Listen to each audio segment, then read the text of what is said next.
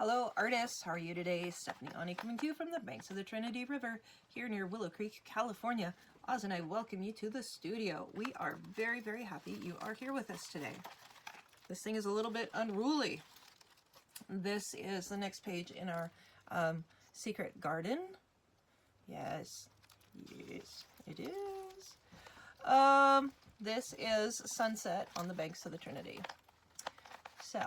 Or Sunset on the Trinity, sorry. And now this is being a little fussy today. I need to kind of rework those push-ups.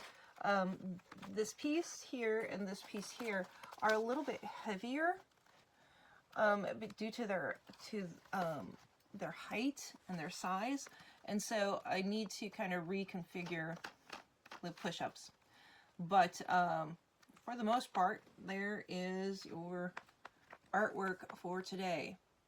Now in the final video, you won't see me put in this little back part of this river and this little tree. Those were just kind of some last minute additions as I've been playing with this, as I should. What are you doing, kid? You gonna come say hi? What are you doing? Oh, watch out for the table. Hi, your feet are all muddy.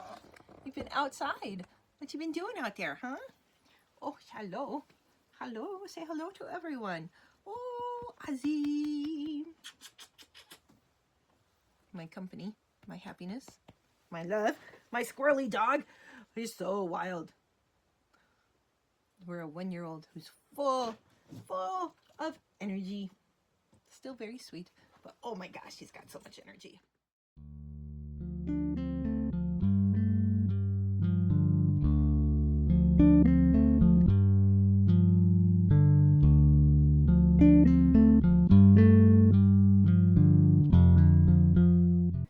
Hello artists. Okay, let's get going on this. So what I'm trying to show you here is how to make longer, stronger pieces. And if you don't line up those joints exactly, you can make a little bit longer stick and make them still be quite strong. Now you could easily use popsicle sticks for this. These are just some wooden pieces that I found at a thrift store actually for $1, big bag of them. So use whatever you have. These have nice straight edges. I did do them too thick because we need to create enough space for our card to go up and down. Here what I'm showing you is how I made that little bottom piece. So in the center section there, that's going to be your channel for your puller, right at that spot. So the reason why I do that is so that, of course, it has a place for that you have to make room for that puller to come up and down. I did it too thick, 2 sticks thick, in order to compensate for, the thickness of the cardstock. Is that cardstock? That's not cardstock. That's chipboard. Very a nice weight chipboard.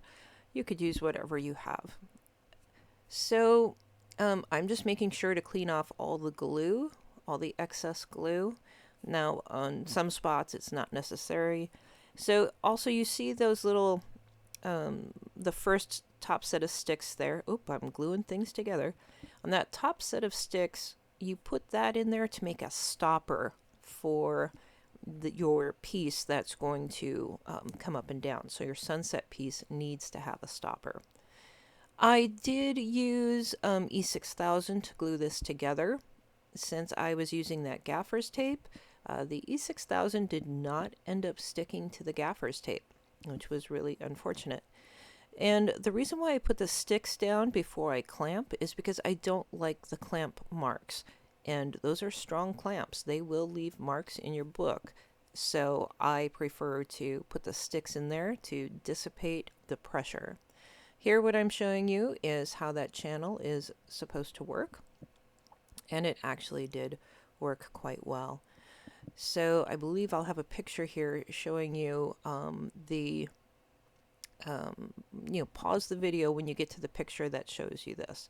Now on this side, I made it work much smoother by putting down some of that aluminum duct tape, DUCT, duct. And the reason for that is it makes for a much slipperier surface than gesso and gaffer's tape for that slide mechanism to work. That side works much better than the other side. There's your layout right there. So pause the video and get a good idea.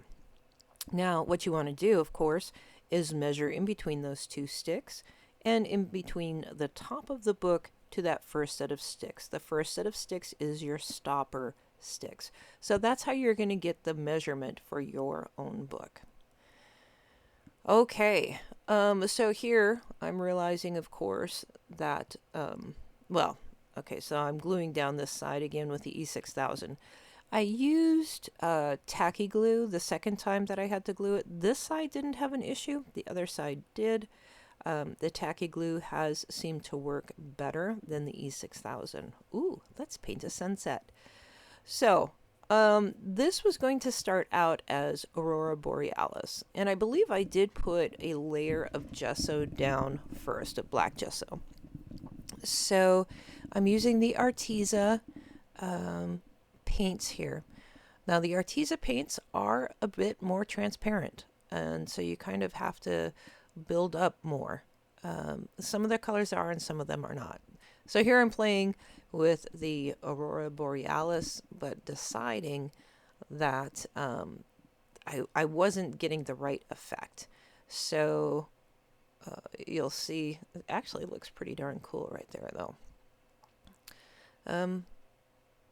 Just trying to make a cool sky and trying to figure out how to work that all together. Oh, okay, so then I put it in white, so that didn't work. So, like, okay, well, new story. What's going to happen next? We don't know. We never know what's going to happen next, right? You put paint in my hand, and God only knows what I'm going to do. Okay, so now I'm trying to go back to the Aurora Borealis. What I think I was trying to do with that white is the white is more opaque. So I was trying to get a thicker load of paint down.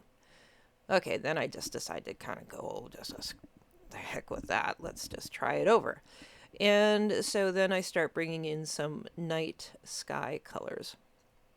And I put the darker blues up top. Oh, then I thought about the Aurora Borealis again. It's like, no, let's just switch that. And I painted them side by side because, you know, they're going to be side by side in the book. So I put down that orange and I was like, oh, wow, that's pretty. Well, I just kind of kept working it. So the nice thing about acrylic is I could have just stopped and let this dry. And then, you know, if it gets too muddy, just stop, let the paint dry, come back to it.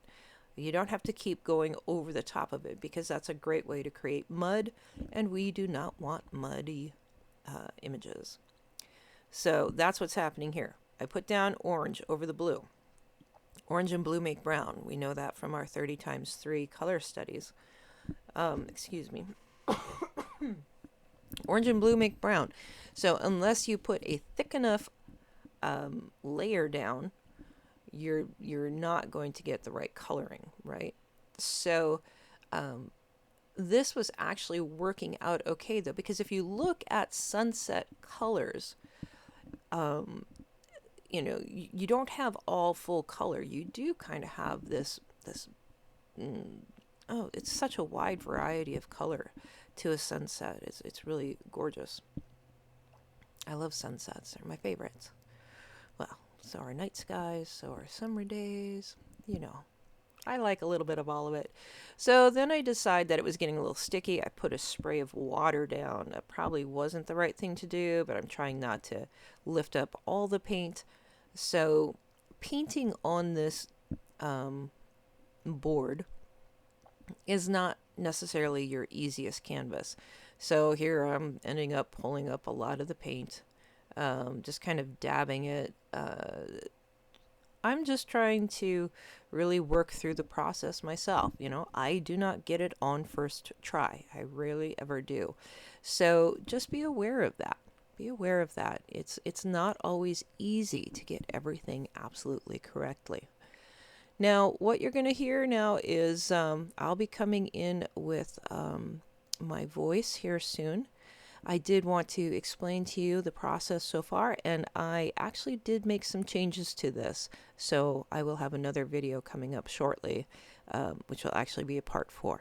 All right, guys, I hope you have a great day, and here's the rest of the video.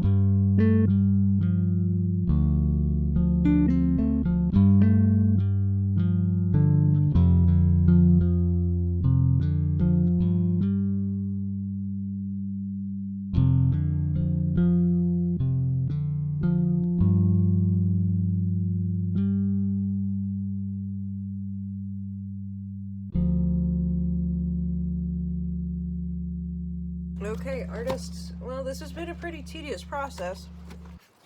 My book doesn't close. But actually I could probably do a seam operation here to get it to close, because we have done all of our inside edges. We could easily give that some extra space. Let's look at that real fast. Now this one does have a strong binding on it, but it needs a little more space. So let's just bring it down. Here.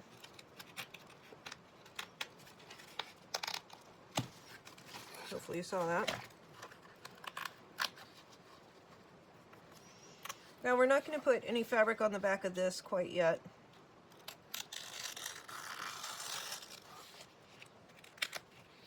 I don't think we need to.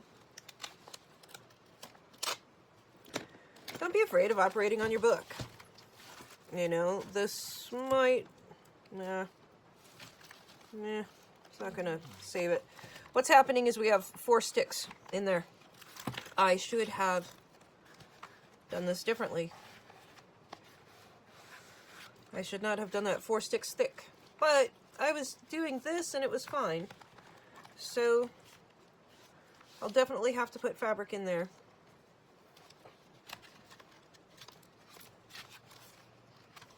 Or wherever my next seam is going to be.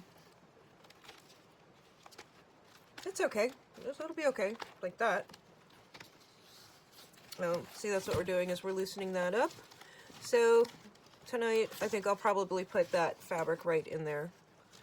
Or glue those together. Or both. Yeah, I just need to glue that together. It'll be okay. Those 4 sticks kind of messed it up. Anyways, that happens, right? All right. I pulled up some paint, obviously, right there. I did put gesso down on here. Let's go ahead and grab a little bit more of this. Of course, we don't want to stick it in when it's got that wet paint on it, do we? And I wanted to put that in there. Dun, dun, dun.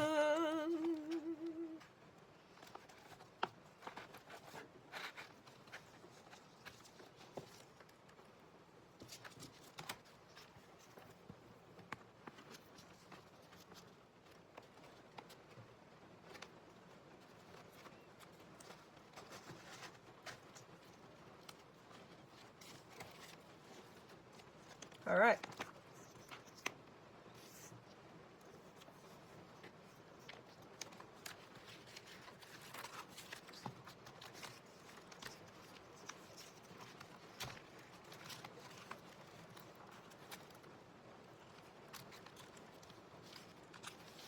Definitely will be putting fabric in there.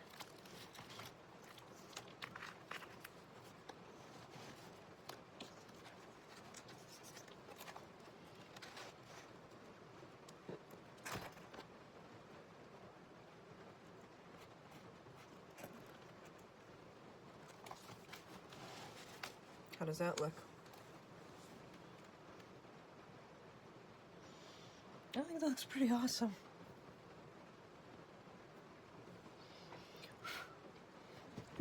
I got some mica on here. I need to put a little bit more paint again on that spot.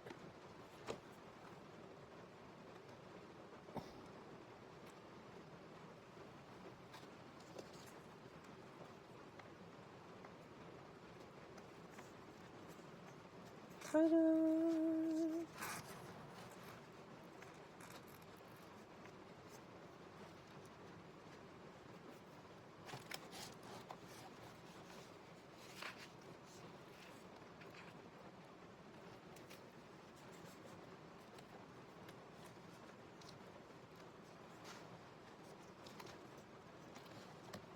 That is cool.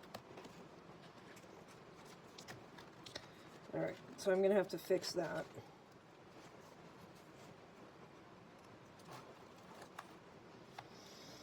I love it. I think it's definitely innovative. I think it's thinking outside the box. I think it's taking our same concepts and applying something different to them. I think I'll think about it even a little bit more and see if there's anything more that I can do about it. But, I think that's pretty spectacular.